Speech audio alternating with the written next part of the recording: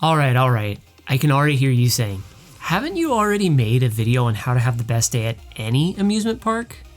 Well, friend, buddy, pal, comrade, fellow roller coaster connoisseur, you'd be quite right about that. Even then, Silverwood is a special park, and I, like many other Silverwood enjoyers, want to make the best out of our days here at this moderately sized park. So while that last video does a good job at providing general tips, this one is more specific to Silverwood itself.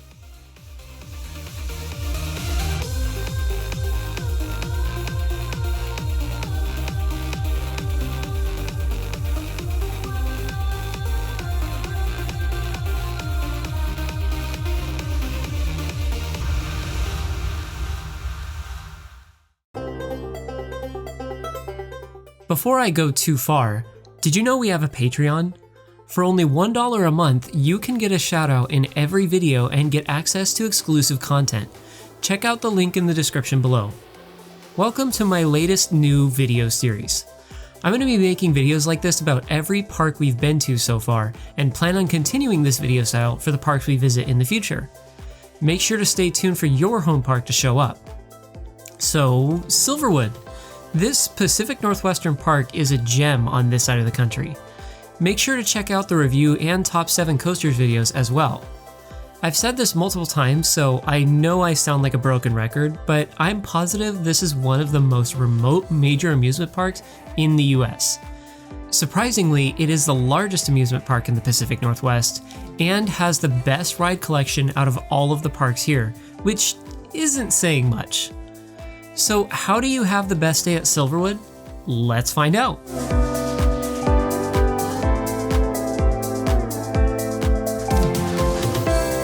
Tip number 1, buy your tickets online. This is a really good one to save money. Tickets purchased online are $10 cheaper than buying them at the gate. This is also helpful to do since you end up saving yourself a lot of time by not having to go to the ticket booth before you enter the park. When you do purchase the tickets online, it will ask to send a confirmation email. Make sure to take a screenshot of this email with your smartphone, just in case you can't access the internet when you're at the park. Tip number 2, arrive early. At Silverwood, park admission opens at 10 a.m. and rope drops at 11 a.m. The crowds are often not a huge problem here, but it's still a good idea to try to get there as early as you can so you can make the best of your day here.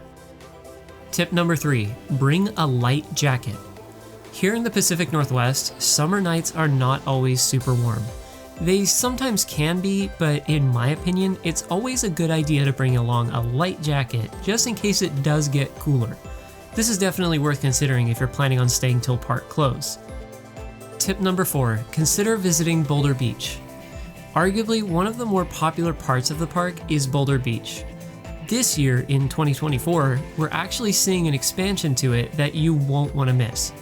This expansion is called Emerald Forest and seems to be adding a few new slides as well as a new restaurant. This park seems to be doing a lot with each new installation and expansion, and this is one you won't want to miss. While visiting Boulder Beach, especially if you're going with a larger group, don't forget to rent a cabana. If you ever feel like taking a break and relaxing for a while, consider hanging out by one of the wave pools. Here, you can be served by a waiter with some slightly better food and drink options than are available at some of the restaurants. Tip number 5, wait at least until June to visit. Since most of the seasonal ride operating staff are only available during the summer, after school's out, the park is only open on weekends during May. One of the best times to visit, at least semi-early in the season, is in June. If you go in May, you're likely to have to compete with the rainy weather and lower temperatures. Rides like Tremors, Timber Terror, and Aftershock are very temperamental in colder weather. In fact, when it is colder, it's unlikely that Aftershock will actually even open. June is a warm enough month to ensure that you'll be able to get a ride on this behemoth. Rides like Tremors and Timber Terror run incredibly slow in cold weather and really need time to warm up. The other benefit of waiting until June is the park hours. For most of the month of May, Silverwood is only open from 11 a.m. to 6 p.m. In June, you'll be able to stay at the park until as late as 9 or 10 p.m. Tip number 6, don't worry about crowds.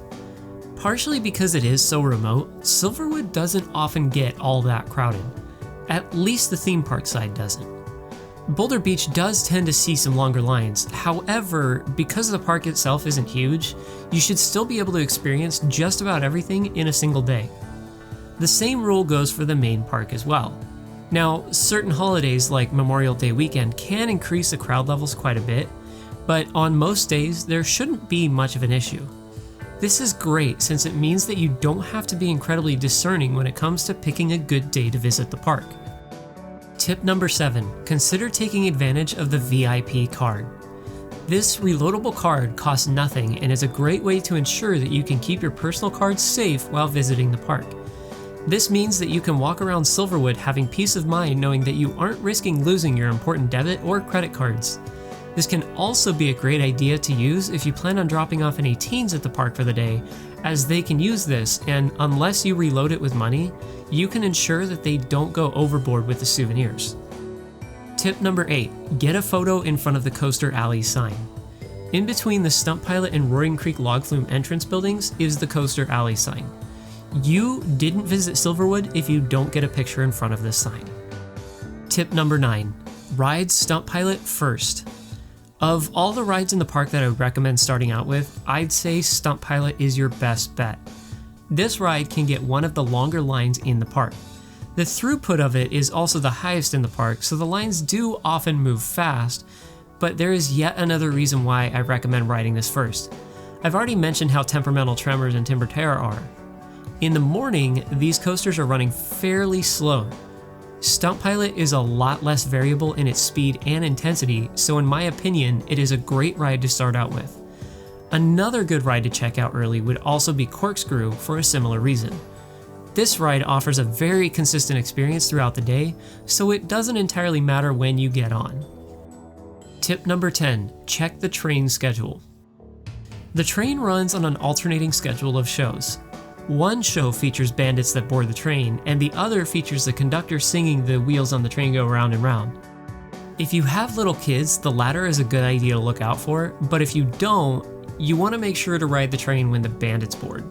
I'm sure I don't have to explain too much more about this one. Tip number 11, ride the Woodies in the afternoon. By noon or 1 o'clock, both Tremors and Timber Terror will have warmed up. Unfortunately, the lines for these rides might be on the slightly longer side, and since dispatches are as slow as they are at Silverwood, you may end up waiting a decent amount of time in line. Fortunately, the two coasters are very close to each other, so if one line is long and the other isn't, you can always ride or re-ride the coaster with the shorter line. Tip number 12, cool off with a ride on the Log Flume or River Rapids. Both Roaring Creek Log Flume and Thunder Canyon are water rides that are guaranteed to get you drenched. As a word of warning, all bags come with you on Roaring Creek Log Flume, so be sure to place your items in the locker near Thunder Canyon. Both rides have areas where guests can pay to launch jets of water at riders, so be prepared to get wet. Tip number 13, check out all of the gift shops. Silverwood has somewhere around 9 different gift shops spread around the park. Each of these tend to have a different selection of souvenirs, so it is a good idea to check out all of them. Arguably, some of the best gift shops include the one near Tremors and the one right next to the front entrance gates.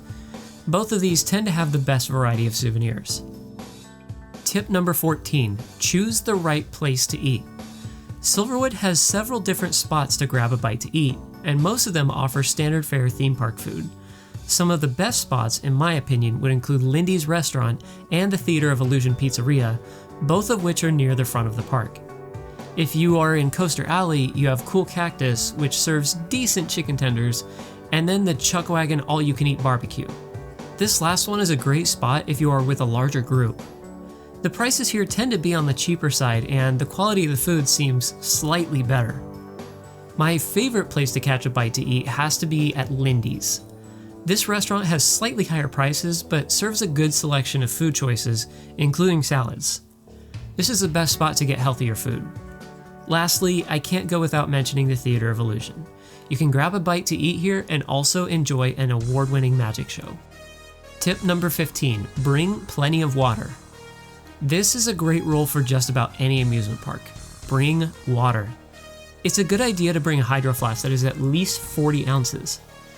I also highly recommend drinking plenty of water before you get to the park, as well as after.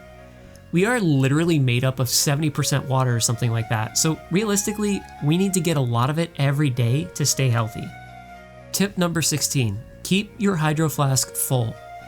One thing that I love about Silverwood is how easy it is to get refills on water. No questions asked. If you go to any of the food shops and ask for a refill of water, the staff will give it to you. Sometimes they may even put ice inside to help keep the water even cooler. Tip number 17, check out the great collection of flat rides. From Spin Cycle to Panic Plunge, Silverwood has a great collection of flat rides. There's just about something here for everyone. For families with small children, make sure to check out the bumper boats and antique cars. You can't miss out on the tilt-a-whirl either. Another great option would have to be the Ferris wheel. The seats on this face directly towards Coaster Alley, giving you a great view into the rest of the park.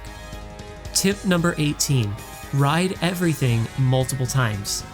Silverwood doesn't have the largest ride collection in the world, and since the crowds aren't all that huge most of the time, you have plenty of time to get tons of rides on everything here. One of the most popular rides for marathoning is Stunt Pilot.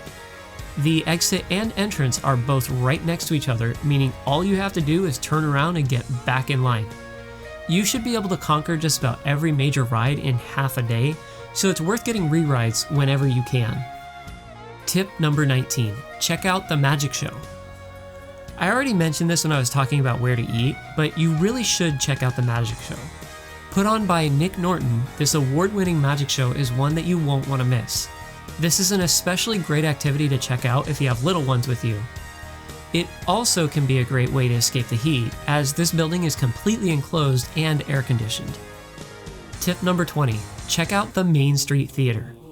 If you want to find another place to locate some shade, the Main Street Theater is great for this. Located on the path on the way to Boulder Beach, various short films are screened here each and every day.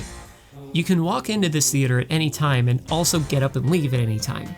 This one is a bit out of the way, but if you're finishing up your time at Boulder Beach and want to take a bit of a breather before heading into the theme park, why not consider stopping by here? Tip number 21, don't forget about the children. Silverwood has an entire area dedicated to small children in the Critter Camp area. This region of the park has 2 smaller roller coasters and several flat rides designed for young theme park dwellers.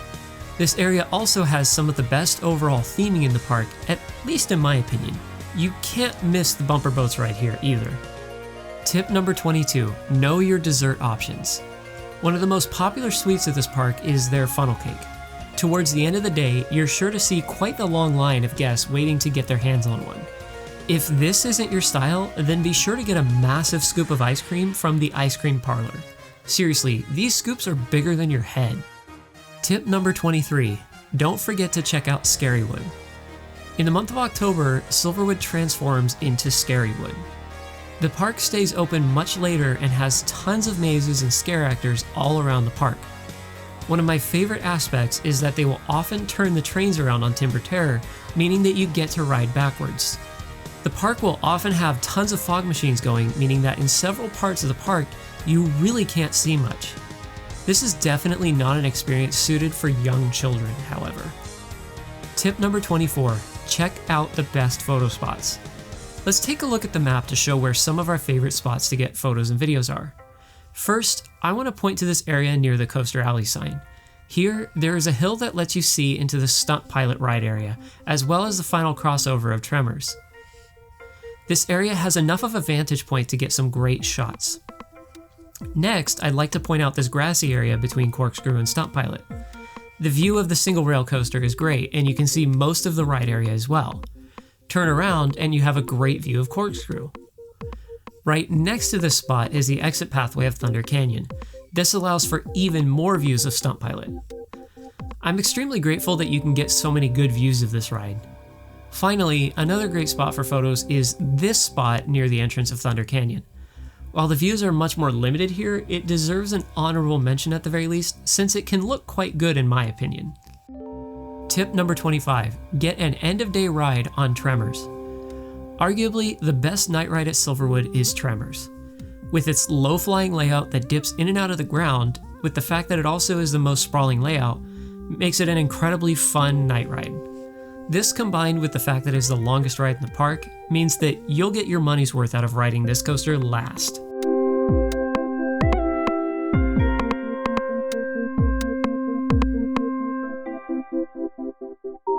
For being a family-owned amusement park, Silverwood does a good job at making itself feel larger than life. While the coasters here aren't the best in the world, they each are very entertaining in their own right. This park has a ton of things to do for the whole family, and it's a good idea to try to maximize your day here. It can be easy to dismiss the positive aspects of this park, but if it weren't for the hardworking staff who takes care of it, it would be a shell of what it is today. I truly believe that Silverwood holds its own against some of the larger parks in the US.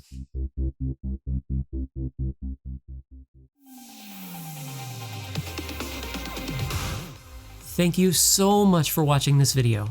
Don't forget to leave a like and comment below and hit that bell icon. Special thanks to our Patreon supporters, Nathan Martin and Future Collective. $1 a month helps me bring even more content to you guys, and I even have some exclusive content coming, so check it out. Check the description below to find links to the rest of our pages. Thanks for watching the video, and ride on, Coaster Maniacs!